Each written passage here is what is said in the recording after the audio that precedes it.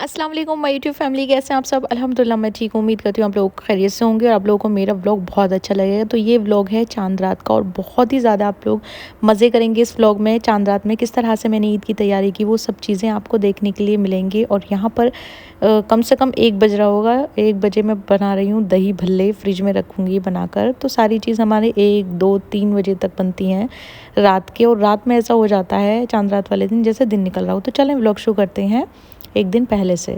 तो आयशा हुमैरा को ये पता चल जाए कि ईद है 2 दिन बाद, तो उनको सबसे पहले ये लगता है कि मेहंदी लग जाए हमारे। और मेहंदी का मुझे भी बहुत ज़्यादा शौक़ है, तो बच्चों को भी बहुत ज़्यादा है। तो बच्चों की मेहंदी लग गई थी। अब था ईद से मतलब 1 दिन पहले दोपहर का टाइम। ये वो था 2 दिन पहले का हुमैरा आयशा की जब लगी थी। और ये था चांद रात वाले दिन का लास्ट जो इफ्तार था उसका। मैं मेहंदी लगवा कर आ गई थी क्योंकि सुबह में मैंने मेहंदी लगवा ली थी। बहुत ज़्यादा क्राउड भी नहीं होता मार्केट में और इफ़्तार भी आराम से बना लेते हैं, घर पे आके काम भी कर लेते हैं। और रात में हमें जाग कर खाना वाना भी बनाना होता है, तो टाइम से चीज़ें हो जाती हैं मैनेज।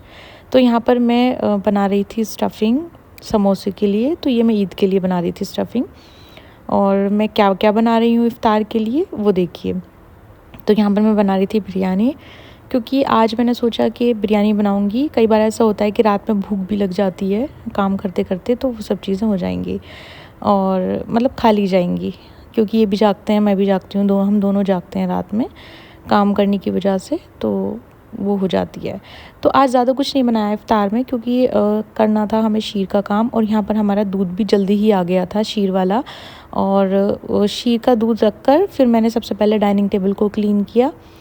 और फिर मैंने अपना प्यारा सा, बहुत ही प्यारा सा, मुझे बहुत अच्छा लगता है डार्क डार्क कलर, तो ये वाला जो रनर है वो मैंने लगाया। मुझे ना अलग अलग तरीके के रनर बहुत अच्छे लगते हैं, अलग अलग वर्क के। तो ये वाली चीज़ मुझे काफ़ी ज़्यादा पसंद आती हैं। और फिर हम कर रहे थे अपना जो भी क्लीनिंग थी, क्योंकि सुबह सुबह मेहमान आ जाते हैं हमारे यहाँ पर दुकाना पढ़ने के लिए। जो आते हैं वो हमारे घर के पास ही है मस्जिद, तो वहाँ पर दुकाना पढ़ने के लिए आते हैं और वो सीधा इधर ही आते हैं सब लोग। तो हमारा कोशिश ये रहती है कि उन लोगों के आने से पहले हमारा पूरा चीज़ मेंटेन हो, साफ़ सफाई हम खुद, बच्चे और सारा जो भी हमने बनाया हो वो अच्छे तरीके से हम सर्व करें। तो वो आपको ईद वाले व्लॉग में देखने के लिए मिलेगा मैंने क्या क्या बनाया है। अब मैं क्या क्या तैयारी कर रही हूँ ईद के लिए वो आपको मैं दिखाती हूँ। तो शीर रख दिया था और हमने छुआरे डाल दिए थे शीर में, ये औंटते रहेंगे। और यहाँ पर मैं बना रही थी केक, क्योंकि कई सारे बच्चे ऐसे होते हैं जो कुछ भी नहीं खाते, शीर नहीं खाते, कुछ नमकीन नहीं खाते। ईद पर समझ में नहीं आता कि इनको क्या नाश्ता कराएं सुबह में, जैसे सब लोग करते हैं, तो क्या खिलाएं इनको। तो मैंने सोचा कि आज मैं बिरयानी बना लेती हूँ और कई सारी चीज़ बनाऊँगी और केक भी बना लेती हूँ। तो मैंने केक भी बना लिया बच्चों के लिए, क्योंकि थोड़ा थोड़ा केक खा लेते हैं बच्चे। और फिर हमारी बारी आ गई थी इसमें गोला डालने की, क्योंकि छुआरे मैंने पहले ही डाल दिए थे बॉयल आने के बाद।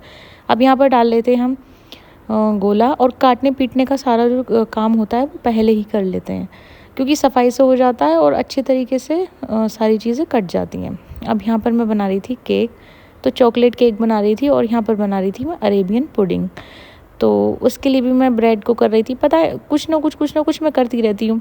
अब ये करना है, अब ये करना है, अब ये करना है। 1 सेकंड भी हम बिल्कुल फ्री नहीं बैठते। और किचन की हालत वो हो जाती है कि आप लोग देख नहीं सकते। रात में जो चांद रात वाली रात होती है, उस रात इतना बड़ा किचन है अल्हम्दुलिल्लाह मेरा, लेकिन मुझे ऐसा लगता है कि ये भी छोटा है। इतनी बुरी हालत हो जाती है किचन की। फिर मैं लास्ट में समेटती हूँ, जब मेरी कुछ चीज़ें ऐसे हो जाती हैं जो मुझे फ्रिज में रखने वाली बनानी होती हैं, वो मैं बना लेती हूँ। तो उसके बाद मैं थोड़े थोड़े करके बर्तन भी मतलब धोती रहती हूँ, ताकि सुबह में बहुत ज़्यादा बर्तन नहीं हो और जल्दी से काम आसान हो जाए। तो यहाँ पर हमने व्हिप क्रीम लगाई थी इसमें। और यहाँ पर जो है वो क्रश किया हुआ है, मतलब ग्राइंड किया हुआ है, पिस्ता, काजू, बादाम, 3 चीज़ ग्राइंड की हुई हैं। तो इस तरह से मैंने इसकी टॉपिंग की थी। तो ये बहुत अच्छी लग रही थी। हमारे समोसा की, तो समोसा पट्टी मैंने मंगा ली थी, क्योंकि इतना ज़्यादा टाइम नहीं था कि समोसा पट्टी भी मैं घर पे बनाऊंगी। तो मैंने स्टफ़िंग रेडी की थी चिकन के साथ। तो यहाँ पर हमने स्टफ़िंग रेडी कर ली। तो हमारी समोसा बनाने की तैयारी जो है वो शुरू हो गई है। और मैं ना साथ ही साथ समोसा बनाकर भी फ्रिज में रख लेती हूँ, तो बहुत आसानी रहती है और बाद में फ्राई कर लो। अब ये हमारे जो भल्ले हैं वो मैंने गर्म पानी में थोड़ा सा डाला था। मैंने इसमें हींग और थोड़ा डाला था राई दाना और थोड़ा सा हरे धनिया की पत्तियाँ। तेज़ गर्म पानी में इसको भिगो दिया था मैंने, तकरीबन 1-2 घंटे पहले इसको रख दिया था कवर करके। अब ये भूल चुके हैं भल्ले, और इनको इस तरह से दोनों हाथों से दबा दबा के इसका पानी निकाल कर रख लेंगे इसमें। और सबसे पहले हम इसमें दही में बूरा ऐड करेंगे तो वो अच्छी तरह से मैश कर देंगे, क्योंकि मुझे ना मीठे वाले दही भल्ले बहुत अच्छे लगते हैं, तो मैं यही वाले बनाती हूँ। और मतलब यहाँ पर भी हमारे जो घर है, मेरी जो ससुराल है, यहाँ पर ये वाले ज़्यादा पसंद किए जाते हैं, तो मैं यही बनाती हूँ।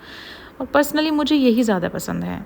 थोड़ा सा अनहेल्दी तो होते हैं क्योंकि मीठा होता है इसमें, बट यही ज़्यादा टेस्टी लगते हैं मुझे।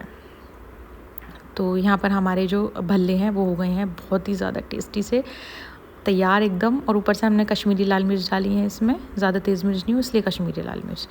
और ऊपर से डाला है इसमें दही भल्लों का मसाला जो मैं बनाती हूँ हमेशा, मीठी चटनी, हरी वाली चटनी, ये वाली सारी चीज़ें करके अब इसको भी मैं फ्रिज में रख दूँगी। बहुत सारी चीज़ें ऐसी होती हैं मेरी जिसको मैं बिल्कुल तैयार करके फ्रिज में रख देती हूँ, सुबह में निकलती हैं क्योंकि वो ठंडी ही सर्व होती हैं और ठंडी ही अच्छी लगती हैं।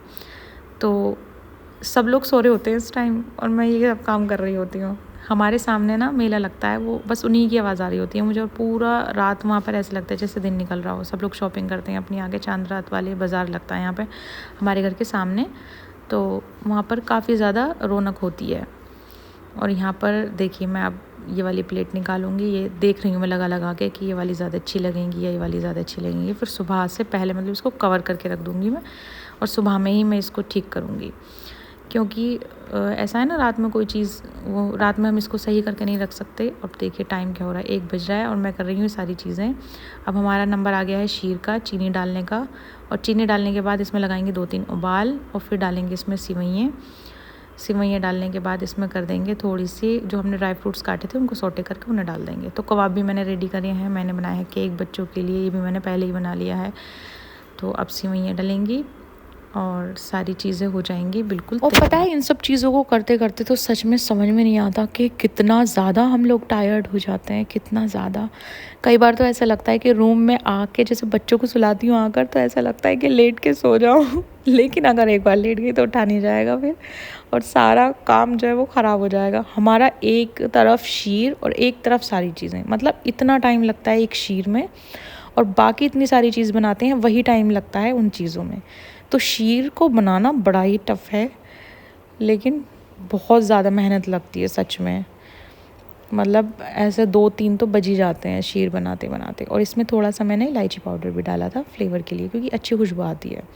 और बस इनको सौटे करना है घी में, बहुत ज़्यादा घी ऐड नहीं करना है इसमें, बस हल्का सा फ्राई करना है। अच्छा, हमारे यहाँ पर ना मखाने नहीं खाए जाते तो हम ड्राई फ्रूट्स ये वाले डालते हैं। बहुत सी जगह मखाने खाए जाते हैं तो वो फ्राई करके मखाने ऊपर से डाल लेते हैं, तो वो तभी तक अच्छे लगते हैं जब क्रंची क्रंची हो। अगर वो थोड़ा सॉफ्ट से हो जाते हैं मखाने तो वो बिल्कुल भी नहीं अच्छे लगते। अच्छा, सबसे पहले मैं अपने ससुर जी को टेस्ट कराती हूँ शीर। अगर व्लॉग अच्छा लगा हो आप तो कंटिन्यू ज़रूर करें, और नेक्स्ट व्लॉग देखना ना भूलें ईद का। आप लोगों को व्लॉग कैसा लगा ज़रूर बताएं।